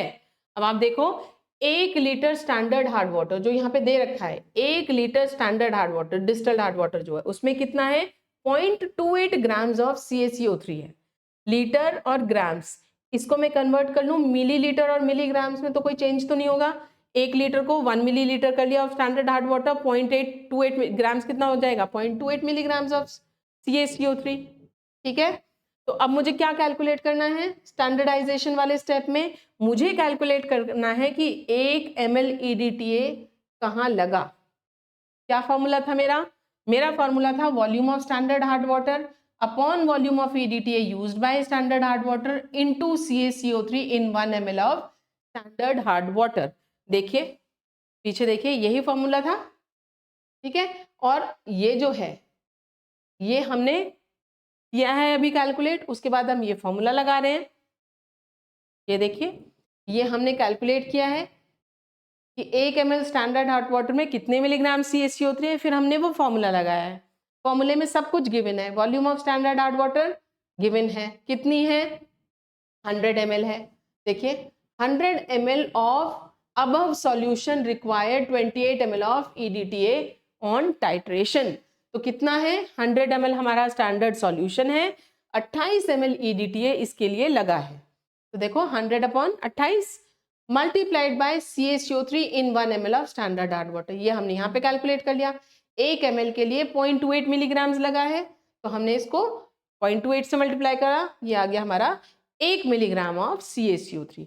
यानी कि जो स्टैंडर्ड सॉल्यूशन हमने बनाया है डिस्टिल्ड वाटर यूज करके, जो भी हमने डिसॉल्व किया है CaCO3, ये डेटा हमें गिवन है स्टैंडर्ड हार्ड वाटर के लिए।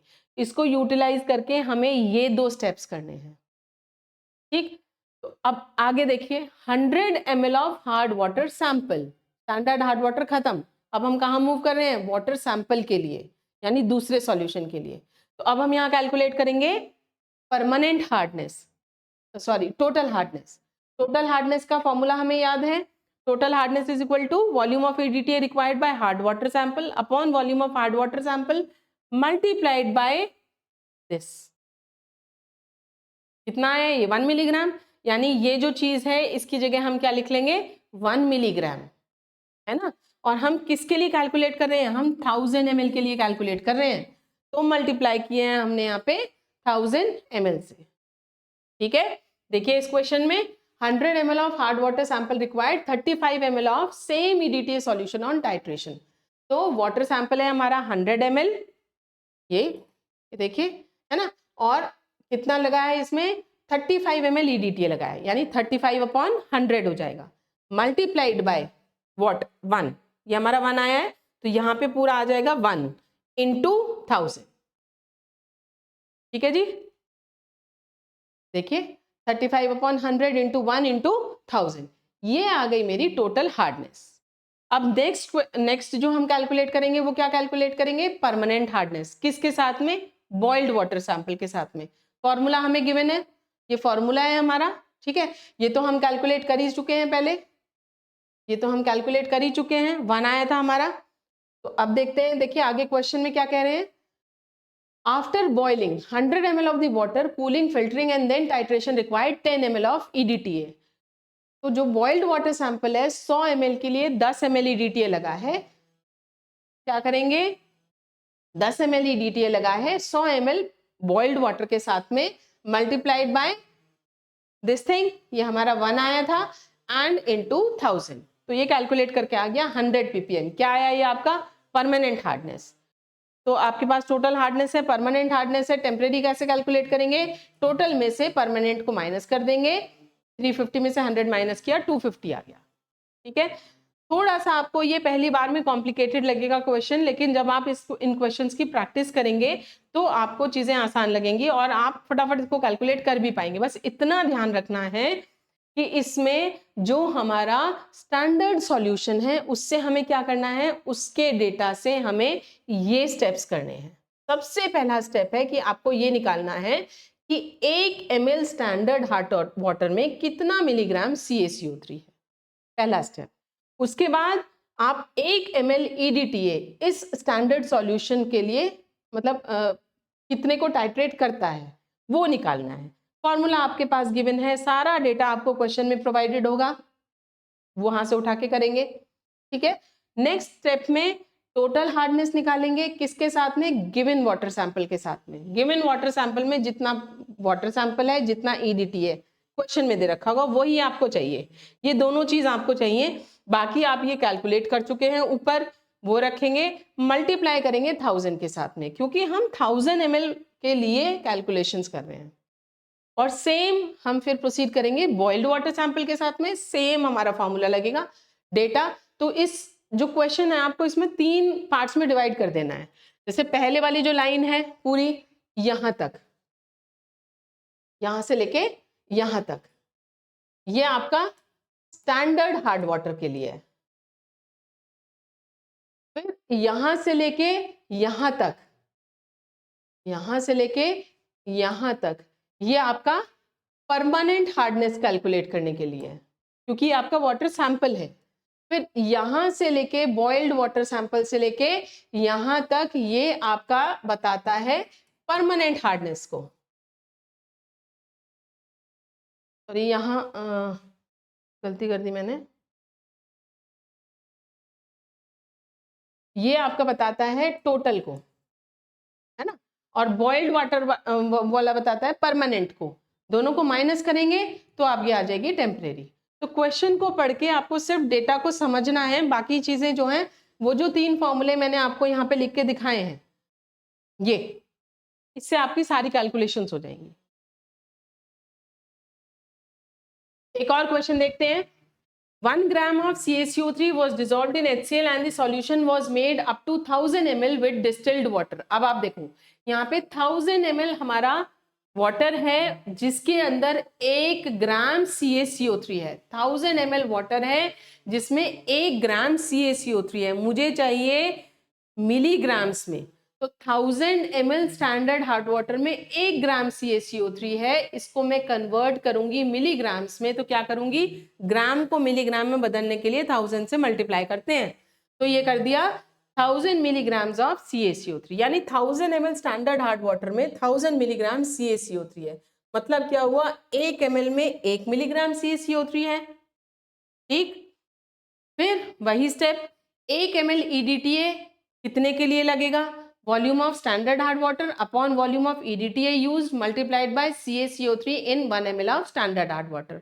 देखिए आगे, 50 ml सॉल्यूशन का 45 ml EDTA यूटिलाइज करता है। 50 ml of the solution required 45 ml of EDTA solution for titration। Standard hard water की बात कर रहे हैं, तो देखिए 50/45 आ गया। स्टैंडर्ड हार्ड वाटर कितना है 50 ml, 45 ml EDTA लगा, ये कितना आया कैलकुलेट करके 1, तो ये यहाँ पे मल्टीप्लाई कर दिया 1 से, ये आ गया हमारा 50/45 milligrams of CaCO3।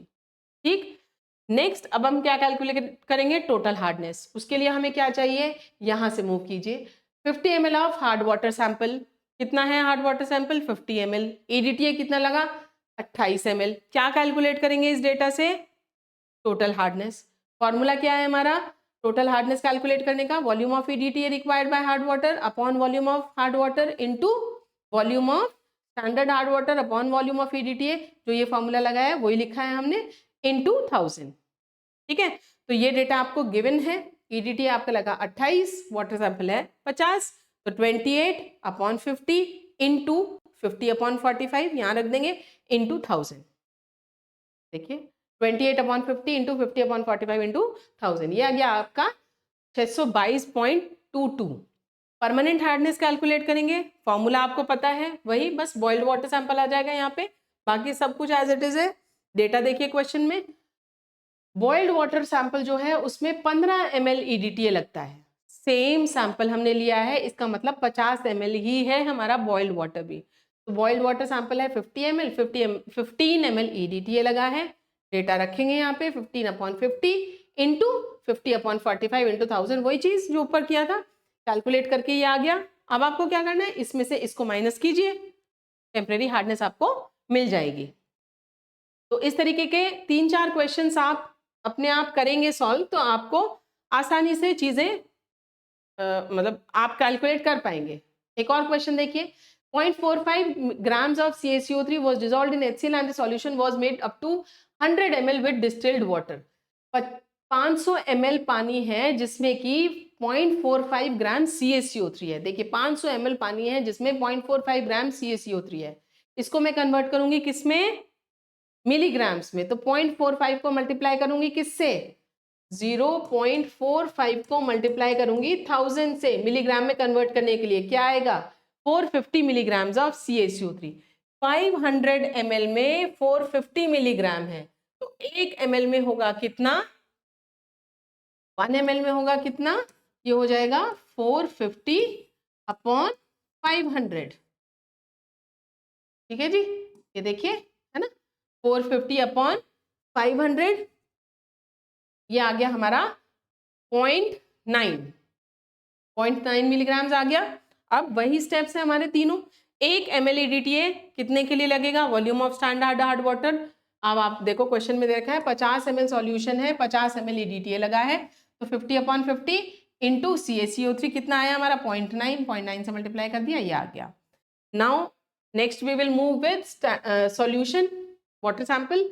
50 ml sample है हमारा, 18 ml EDTA लगता है, तो यहाँ रखेंगे 18/50 इंटू वॉट 0.9, ये सब 0.9 हो जाएगा इंटू 1000, ये आ गया। ठीक है, 324 परमानेंट हार्डनेस के लिए मूव करेंगे बॉइल्ड वाटर सैंपल के साथ में। आप देखिए बॉइल्ड वाटर सैंपल जो है हमारा 10 ml EDTA यूटिलाइज कर रहा है, और सेम वाटर सैंपल है, यानी 50 ml बॉइल्ड वाटर है जो कि 10 ml EDTA को यूटिलाइज कर रहा है। तो आप देखिए 10/50 आ गया, बाकी 0.9 इंटू 1000 वही चीज है, 180 आ गया, एंड दिस इज टेम्परेरी।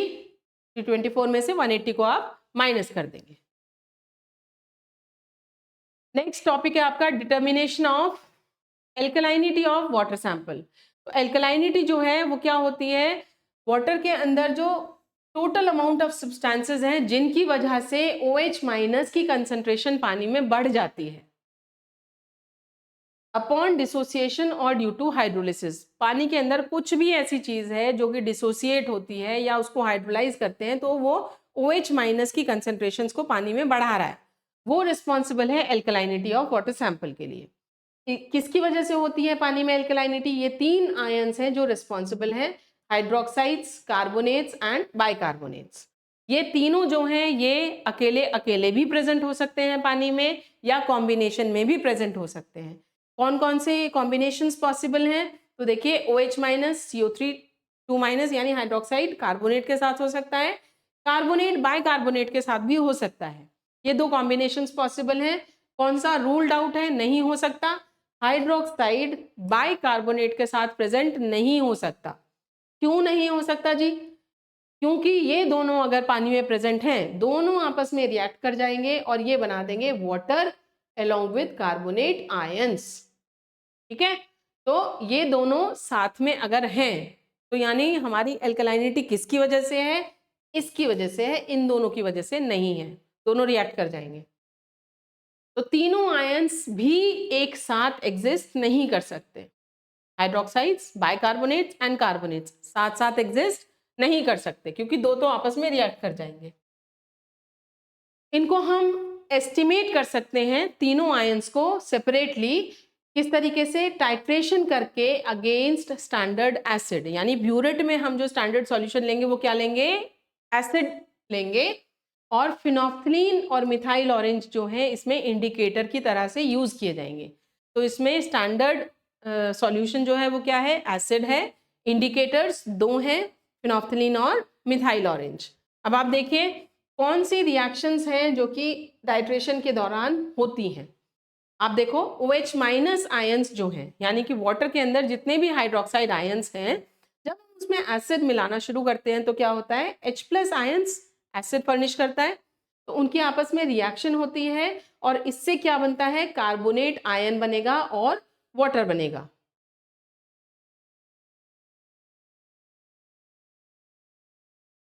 ये नहीं, गलत लिखा हुआ है।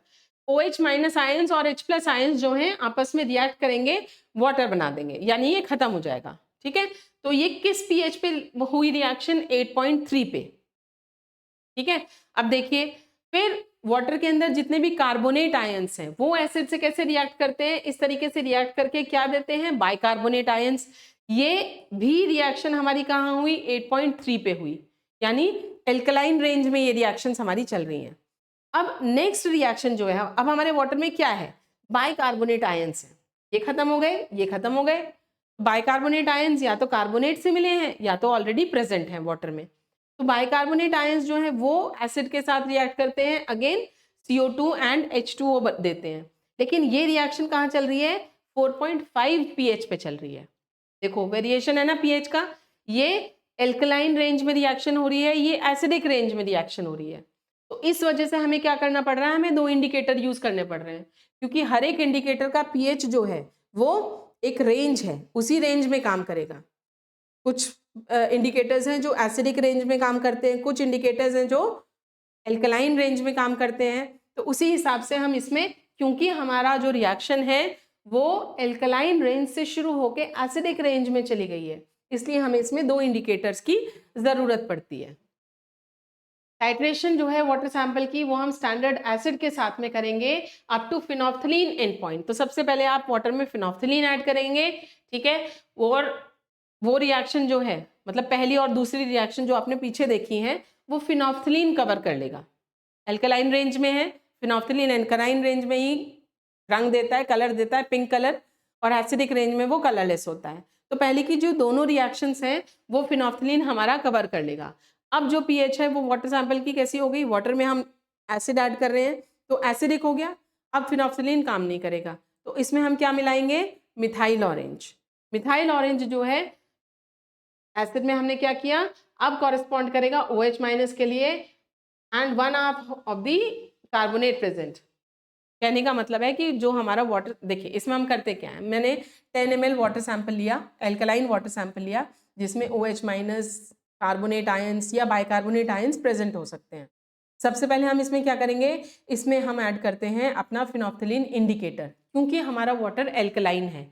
जैसे ही आप फिनोप्थिलीन ऐड करेंगे वो पिंक कलर का हो जाएगा, राइट। अब हम क्या करेंगे, ब्यूरेट ले रखी है हमने, उसमें हमने एसिड सॉल्यूशन ले रखा है, स्टैंडर्ड एसिड सॉल्यूशन। मैं कॉनिकल फ्लास्क लूंगी, उसमें जिसमें वाटर सैंपल था और फिनोप्थिलीन था, पिंक कलर का सॉल्यूशन था, उसमें हम ये एसिड जो है step drop by drop add करेंगे शेकिंग के साथ में। कब तक करना है ये, जब तक पिंक कलर आपका कलरलेस नहीं हो जाता। जैसे ही कलरलेस होता है, ये हो गया आपका फिनोप्थिलीन एंड पॉइंट। और यहाँ पे हुआ क्या, यहाँ पे जितने भी हाइड्रोक्साइड आयंस थे वो खत्म हो चुके हैं, उसमें जितने भी कार्बोनेट आयंस थे वो खत्म हो चुके हैं, वो कन्वर्ट किस में हो चुके हैं, बाइकार्बोनेट आयंस में। तो यहाँ पे आपको यही बताया गया है कि पहली और दूसरी रिएक्शन जो है यहाँ पे खत्म होती है।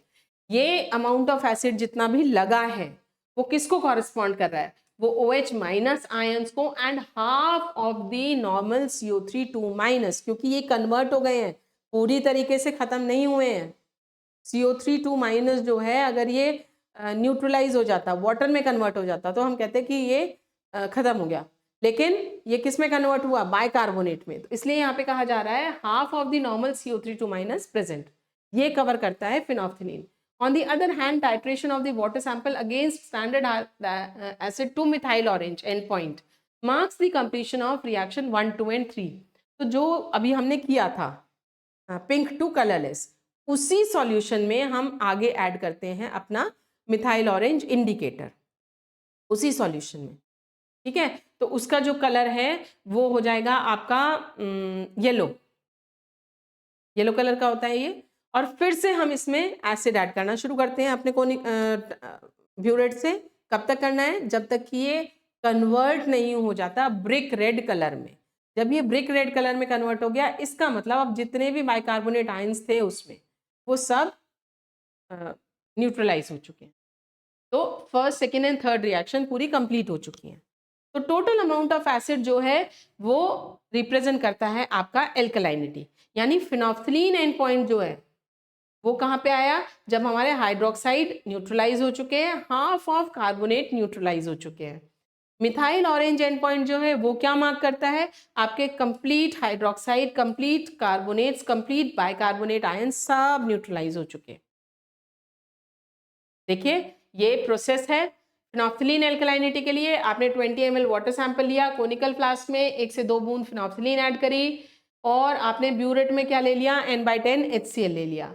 वाटर सैंपल को आपने टाइट्रेट किया एसिड के साथ में जब तक कि पिंक कलर डिसअपियर नहीं हो जाता। रीडिंग नोट करी और इसको हमने 3 बार रिपीट किया। कंकॉर्डेंट रीडिंग्स लेंगे, हालांकि रिपीटिशन जो है हम पूरे स्टेप्स की करते हैं, ठीक है। फिनोप्थिलीन एल्कलाइनिटी जो है हम कैसे कैलकुलेट कर सकते हैं, इस फॉर्मूले से कैलकुलेट कर सकते हैं। जितना भी आपका एसिड यूज हुआ वो इनटू नॉर्मेलिटी ऑफ एसिड, जो आप स्टैंडर्ड एसिड ले रहे हैं उसकी नॉर्मेलिटी आपको प्रेजेंट पता होगी, इनटू 50 इंटू 1000। 50 जो है ये क्या है, ये इक्विवेलेंट वेट है CaCO3 का, क्योंकि एल्कलाइनिटी भी हम CaCO3 की टर्म्स में डिटरमाइन करते हैं। तो यहाँ भी ये इक्विवेलेंट वेट ऑफ CaCO3 लिया। 1000 क्यों लिया है, क्योंकि हम इसको ppm में लेना चाह रहे हैं, मिलीग्राम्स पर लीटर में लेना चाह रहे हैं, इसलिए upon volume of water. Water आपने कितना लिया है वो भी आपको पता है। नेक्स्ट देखिए, हालांकि हम उसी वाटर सैंपल में जो अभी तक हमने किया था, उसी वाटर सैंपल में हम क्या करते हैं, मिथाइल ऑरेंज इंडिकेटर ऐड करेंगे और उसको आगे टाइट्रेट करेंगे N/10 HCl से, जब तक कि आपका येलो ऑरेंज कलर जो है वो ऑरेंज रेड यानी ब्रिक रेड कलर में चेंज नहीं हो जाता। रीडिंग नोट करेंगे और इस पूरे प्रोसेस को आप 3-4 बार रिपीट करेंगे जब तक कि कंकॉर्डेंट रीडिंग्स आपकी नहीं आ जाती। ये कैसे कैलकुलेट करेंगे, टोटल एल्कलाइनिटी V2 यानी जो वॉल्यूम आपकी यूटिलाइज हुई है into normality of acid into 50 into 1000। 50 वही इक्विवेलेंट वेट है CaCO3 का, 1000 ppm में कन्वर्ट करने के लिए, और 20 जो है क्या है, ये आपका वॉल्यूम ऑफ वाटर सैंपल जो आपने ली है। ये टेबल आपको याद रखनी है। इसमें ये बताया गया है कि अगर आपकी पी की वैल्यू 0 है, यानी आपने वाटर सैंपल लिया, उसमें आपने फिनोफ्थलीन ऐड किया, वो पिंक कलर नहीं हुआ, पिंक कलर हुआ ही नहीं, इसका मतलब क्या है कि आपका जो सॉल्यूशन है उसमें हाइड्रोक्साइड आयंस प्रेजेंट नहीं है, कार्बोनेट आयंस प्रेजेंट नहीं है, क्योंकि अगर ये दोनों होते तो वाटर सैंपल आपका कैसा होता है, इनकी वजह से अल्कलाइन होता है ना। और क्योंकि ये जो न्यूट्रलाइज होते हैं वो कहाँ पे न्यूट्रलाइज होते हैं, एल्कलाइन पीएच पे, यानी फिनोफ्थलीन डालते ही ये पिंक कलर हो जाता सॉल्यूशन। तो इसका मतलब जो आपकी एल्कलाइनिटी है वाटर में वो सिर्फ बाइकार्बोनेट आयंस की वजह से। यानी जो क्वेश्चन आपको गिवन होगा, जो अभी हमने पीछे फॉर्मूले देखे हैं, उनसे कैलकुलेशन करने के बाद में अगर आपकी पी की वैल्यू 0 आती है तो इसका मतलब आपके वाटर सैंपल में सिर्फ बाइकार्बोनेट आयंस हैं। कितने होंगे, जो आपकी कैलकुलेट करने पे m की वैल्यू आई है वो होगा। अगर आपकी p की वैल्यू आई है इतनी कि वो हाफ m के बराबर है ना, कहाँ से कैलकुलेट कर रहे हैं, वही फॉर्मूले लगा रहे हैं जो अभी हमने पीछे स्लाइड्स में देखे थे। इसका मतलब एल्कलाइनिटी सिर्फ कार्बोनेट आयंस की वजह से है। कितनी होगी, 2 multiplied by what ever value of p आपकी आई है कैलकुलेट करके। अगर p की वैल्यू m के बराबर है, यानी कि आपकी वाटर सैंपल में सिर्फ हाइड्रोक्साइड आयंस प्रेजेंट है, और वो कितने हैं, जितनी भी p की वैल्यू कैलकुलेट करके आई है। P is less than half of m, then the alkalinity is because of carbonate and bicarbonate, 2p and m minus 2p से आप उसको कैलकुलेट कर सकते हैं। P ग्रेटर है हाफ m से, तो आपकी अल्कलाइनिटी इन दोनों की वजह से है, and this is the formula by which you can calculate. ये टेबल आपको याद रखनी पड़ेगी, इस टेबल को याद करके ही आप इसके न्यूमेरिकल सॉल्व कर सकते हैं, वरना तो नहीं कर पाएंगे। अब देखिए क्वेश्चन देख लेते हैं। A sample of water was alkaline to both phenolphthalein and methyl orange, यानी कि इसमें दोनों तरीके की अल्कलाइनिटी प्रेजेंट है। 100 ml of water sample required 6 ml of N/50 HCl for phenolphthalein endpoint and 10 ml of acid to methyl orange endpoint. Determine the types and extent of alkalinity present. तो सबसे पहले मुझे क्या करना है, सबसे पहले मुझे नॉर्मेलिटी एसिड की कैलकुलेट करनी है। ठीक है, तो हम क्या करेंगे, देखिए सॉरी, सबसे पहले हम कैलकुलेट करेंगे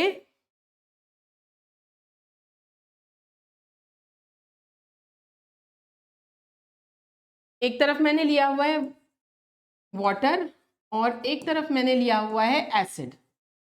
ठीक है, तो एसिड की वाटर की नॉर्मेलिटी सॉरी मुझे कैलकुलेट करनी है। इसके लिए हम क्या करेंगे, फॉर्मूला लगाया NW VW is equal to NA into VA।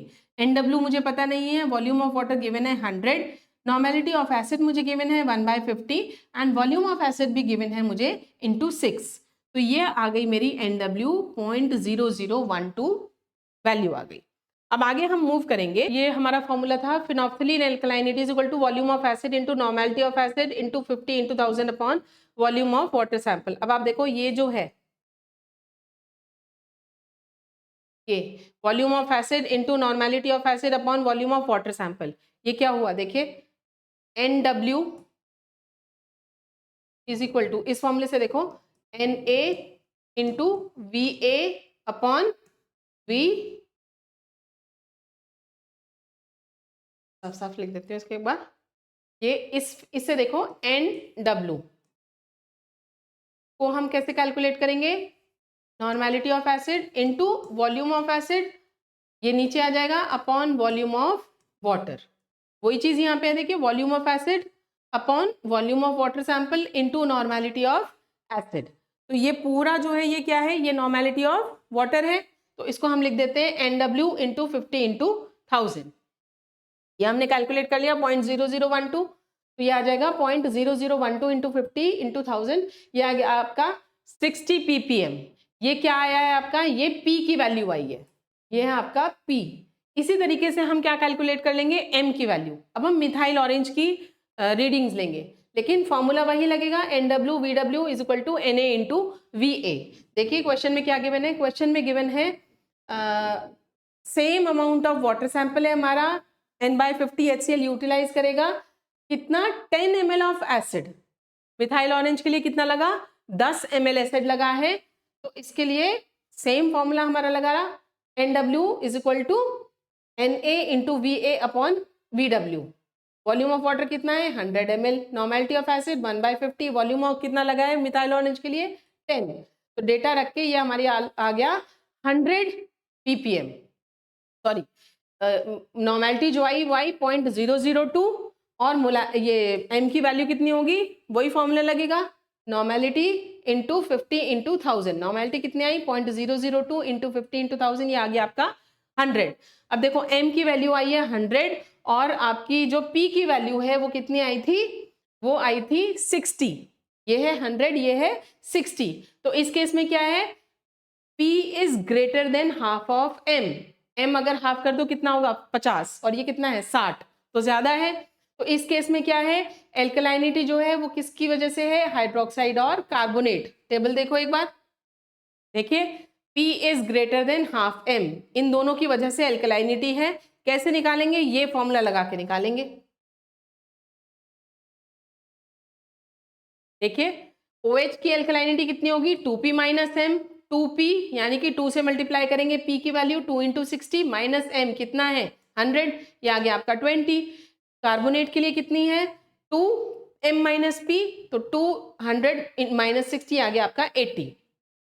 ठीक है, तो हाइड्रोक्साइड एल्कलाइनिटी है 20 और कार्बोनेट की एल्कलाइनिटी है 80। इस तरीके से सारे क्वेश्चंस एल्कलाइनिटी के इसी तरीके से जाएंगे। ये क्वेश्चंस हैं जो हमने अभी शुरुआत में भी देखे थे इस वीडियो के। ये क्वेश्चंस आपके एग्जाम्स में आ चुके हैं और आप देखिए सारे ही क्वेश्चंस हमने अपने इस वीडियो में कवर किए हैं। Define hardness, explain it's causes, total hardness of water sample calculate करनी है, आपको पूरा डेटा गिवन है, ये मैंने डिस्कस किया है। वेरियस यूनिट्स ऑफ हार्डनेस क्या होती हैं, उनका रिलेशनशिप दीजिए। वाटर की हार्डनेस को CaCO3 की टर्म्स में क्यों एक्सप्रेस करते हैं, प्रिंसिपल क्या है EDTA मेथड का, डिटर्मिनेशन हम हार्डनेस की कैसे करेंगे कॉम्प्लेक्सोमेट्रिक टाइट्रेशन से, फिर ये न्यूमेरिकल है, हमने 3-4 न्यूमेरिकल्स की प्रैक्टिस यहाँ पे की है। This is again a numerical based on EDTA। ये देखिए टेम्परेरी और परमानेंट हार्डनेस वाटर में क्या होती है, उसको कैसे हम डिफरेंशिएट कर सकते हैं, सूटेबल एग्जांपल्स दीजिए। तो एग्जांपल्स में आप क्या देंगे, सॉल्ट्स देंगे एग्जांपल में, bicarbonates of calcium and bicarbonates of magnesium temporary में, और CaCl2, MgSO4, CaSO4, MgCl2 ये हो जाएंगे आपके परमानेंट हार्डनेस वाले सॉल्ट्स। आपको डिस्कस करना है एल्कलाइनिटी डिटर्मिनेशन को, और ये आपका क्वेश्चन है। तो ये सारे ही क्वेश्चंस हमने इस वीडियो में कवर किए हैं। आई होप आपको सारी चीज़ें समझ में आई होंगी। न्यूमेरिकल्स जो हैं EDTA वाले थोड़े से फर्स्ट अटेम्प्ट में आपको हार्ड लग सकते हैं, लेकिन आप जहां आपने 2-3 न्यूमेरिकल्स करे तो आपको सारी चीज़ें आपकी टिप्स पे आ जाएंगी। जैसा कि मैंने आपको कहा, आप अपने नोट्स यहाँ पे फ्री ऑफ कॉस्ट इस एप्लीकेशन से डाउनलोड कर सकते हैं। And thank you. नेक्स्ट हम मिलेंगे अपने सेकेंड यूनिट के 1 शॉट में।